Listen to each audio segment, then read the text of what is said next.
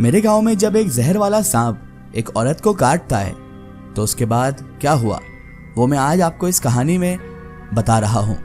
बहुत पहले की बात है। गांव देहात के लोग घास काटने के लिए किसी खेत या फिर जंगल में जाया करते थे, जहां पर घास काटकर बोझा बनाते हैं। घास काटने का मुख्य उद्देश्य अपने घर में पालतू जानवर को खिलाना होता है। धान का भूसा में हरे मुलायम घास को मिलाकर जानवर को खिलाया जाता है। हरे मुलायम घास को जानवर बहुत ही चाव से खाते हैं। गांव देहात के लोग बकरी, भेड़, गाय या फिर भैंस पालते हैं, जिसे खिलाने के लिए खेतों या जंगलों से चारा काटकर वो लेकर आते हैं और यही चारा उनके जानवरों के लिए आहार बनता है और उनके जानवर इसी चारे को खाते हैं। इस चारा काटने के क्रम में एक औरत जो जहर वाले सांप की शिकार बन जाती है और जहर वाला सांप उसे काट लेता है, जिससे उसकी मौत हो गई। हुआ यह था कि वो औरत रोज जंगल में घास काटने जाया करती थी। घास काट कर लाती और उसे अपने बैलों को खिलाती। उस औरत का रोज का यही मामूर था। घास काट कर लाती और उसे अपने बैलों को खिलाती। अपने गुजर बसर के लिए बैल पालना जरूरी था। बैल से खेती होती। सुबह सुबह ही खेत की तरफ या जंगल की तरफ निकल जाती। एक दिन रोज की तरह घास काटने के लिए जंगल में गई थी। बेचारी घास काट ही रही थी। घास काट कर एक तरफ रख देती और फिर उसका बोझा बनाकर रस्सी से बांध देती। जब बोझा भारी हो जाता तो ही उसे अपने सर पर लाद कर घर चले आती। वो औरत ऐसा ही करती थी। घास काटती और बोझा बनाती। सभी घास को एक जगह इकट्ठा करके रख देती। गांव देहात के लोग घास काटने के लिए हसुआ का उपयोग करते हैं। हसुआ एक तरह का लोहे का औजार होता है जो चांद की तरह घुमा हुआ होता है। उसमें दांत भी बने हुए होते हैं।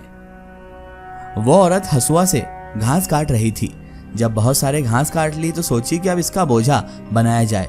बोझा बनाई तो उसे लगा कि अब बोझा बहुत भारी नहीं हुआ है, क्यों ना थोड़ा और घास काट ली जाए। ये सोचकर और भी घास काटने लगी और उसे पता नहीं था कि इसी झाड़ी पर एक जहर वाला सांप छुपा हुआ है जो कि मौके के इंतजार में है। पर औरत बेफिक्र थी। उसे वो जहर वाला सांप नहीं दिखा। वो तो अपनी धुन में घास काटे जा रही थी, पर जहर वाला सांप घात लगाकर बैठा हुआ था। औरत एक हाथ से घास पकड़ती और फिर हसुआ से उसे काट देती। ऐसा कुछ देर तक की, पर अचानक से जब वो औरत घास काटने के लिए घास को एक हाथ से पकड़ी और हसुआ चलाने ही वाली थी कि सांप ने उसकी उंगली में अपना डांस मार दिया। वो जहर वाला सांप था। उस औरत ने देखा कि एक लंबा सा सांप उसकी उंगली में अपना डांस मार दिया है। झाड़ियों के अंदर चला गया। अब उस औरत का हालत बहुत ज्यादा खराब हो चुकी थी। जैसे ही सांप ने उसे डसा कि वो चिल्लाते हुए वहां से भागी। उसके एक हाथ में हसुआ भी था। भागकर कुछ दूर चली गई। उसने देखा कि उसने उंगली में सांप के दांत का निशान है। अब करे तो क्या करे, उसकी उंगली भी सूज रही थी। उसने आओ देखा ना ताओ, जिस उंगली में जहर वाला सांप काटा था उस उंगली को अपने हसुए से काट दी। उसकी उंगली कट गई। अपनी उंगली को अपने ही हाथों से काट कर नीचे गिरा दिया था उसने। अब दर्द भी ज्यादा होने लगा, पर विष आगे की तरफ नहीं चढ़ा। रोते हुए अपने घर आ गई। सबने उसकी हालत देखी। उसके घर वाले डॉक्टर से उसका इलाज करवाया। बहुत दिनों तक दर्द से कराहते रही। कभी घास काटने जंगल की तरफ नहीं गई, पर धीरे धीरे उसकी हालत में सुधार होने लगा। अब दर्द भी कम हो गया। ये तो अच्छा था कि जहर वाला सांप का जहर उसके शरीर में नहीं पहुंचा, नहीं तो उसकी जान तक जा सकती थी। बहुत दिनों तक घर में रहने के बाद फिर से इसे घास काटने जंगल की तरफ जाना पड़ा, क्योंकि इसके गुजर बसर का जरिया सिर्फ और सिर्फ खेती था और खेती के लिए बैल को चारा खिलाना बेहद जरूरी था। उसकी एक उंगली तो कट चुकी थी, लेकिन अब वो बहुत सावधानी से घास काटने लगी। उसकी एक उंगली जो कट चुकी थी उस पर उसने पट्टी बांधी हुई थी। उसी हालत में घास काटती और उसे लेकर घर चले आती। ऐसा बहुत दिनों तक चला। एक दिन फिर से घास काटने के लिए उसी जगह चले गई जहां पर उसे जहर वाला सांप ने काटा था। उस जगह पहुंचकर घास काटने लगी।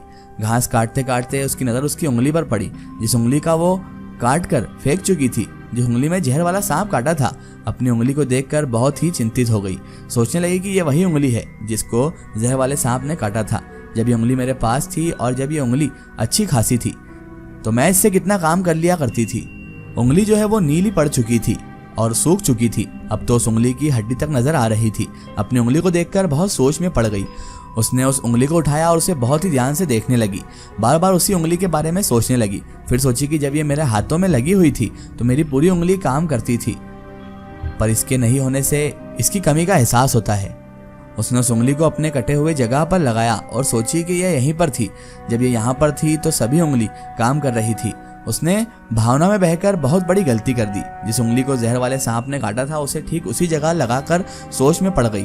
अभी उसका घाव भी सही तरह से सूखा हुआ नहीं था। अभी भी घाव के ऊपर जो पट्टी लगी हुई थी वो मवाद से भीगी हुई थी।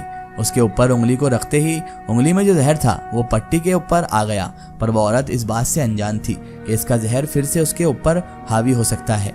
जहर धीरे धीरे उंगली तक पहुंच गया, पर वो औरत इस बात से अनजान थी। उसने बहुत देर तक अपने कटी हुई उंगली को देखा और फिर से उसे वहीं पर फेंक कर घर वापस आ गई। पर जब घर वापस आई तो उसे चक्कर आने लगे, क्योंकि जहर वाला सांप का जहर उसकी कटी हुई उंगली से होकर उसके शरीर में आ चुका था। वो इस बात से अनजान थी कि जहर के कारण उसे चक्कर आ रहे हैं, पर धीरे धीरे उसकी हालत खराब हो गई। पूरा शरीर नीला पड़ने लगा। घर के लोग उसे लेकर डॉक्टर के पास गए, पर किसी के कुछ समझ में नहीं आ रहा था। लोग जान चुके थे कि इसके शरीर में जहर का असर हो रहा है, पर कोई सांप काटा ही नहीं था, तो फिर कैसे इसके शरीर में जहर फैल रहा था? किसी को कुछ समझ में नहीं आ रहा था, क्योंकि बदन पर किसी कांटे का निशान भी नहीं था। डॉक्टर को भी कुछ समझ में नहीं आ रहा था। उसका इलाज चलने लगा। उससे पूछा गया कि आज दिन में क्या क्या की थी, तो उसने सारा बात बता दिया। तब जाकर सभी को समझ में आया कि जहर वाले सांप की जहर इसके अंदर कैसे गई। रात भर इलाज चलता रहा, लेकिन उसके बावजूद भी जहर उसके पूरे शरीर में फैल चुका था। सुबह होने से पहले उसकी मौत हो गई।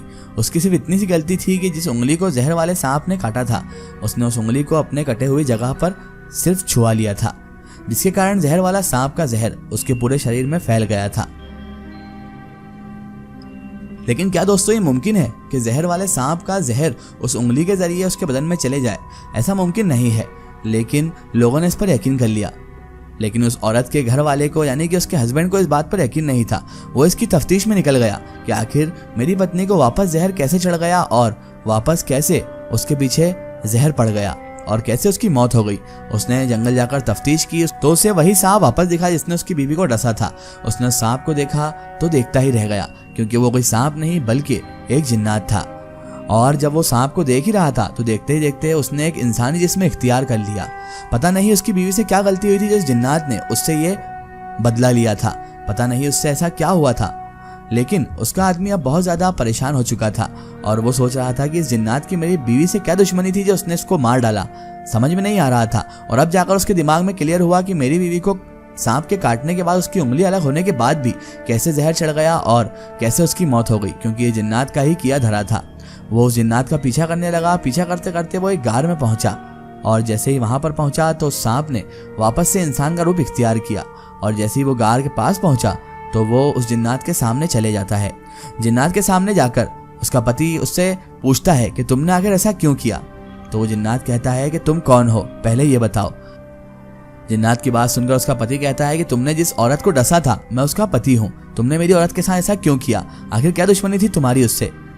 तब जाकर जिन्नात समझा और वो कहने लगा कि ऐसा नहीं है कि मैंने फिजूल में तुम्हारी बीवी से बदला लिया है, बल्कि उसने मेरे बच्चे को मार डाला था, जो उसी जंगल में जहां पर उसे डसा गया है वहां पर मरा था।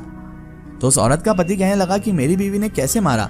मैं कुछ समझा नहीं, आखिर तुम कहना क्या चाहते हो? तो उसने कहा कि तुम्हारी बीवी रोज घास काटने वहां पर आती थी। एक दिन मेरा बच्चा सांप रूप का धारण करके वहीं पर घूम रहा था और उसने उसे उसी दराती से, उसी औजार से मार दिया जो वो रोज घास काटने के लिए लाती थी।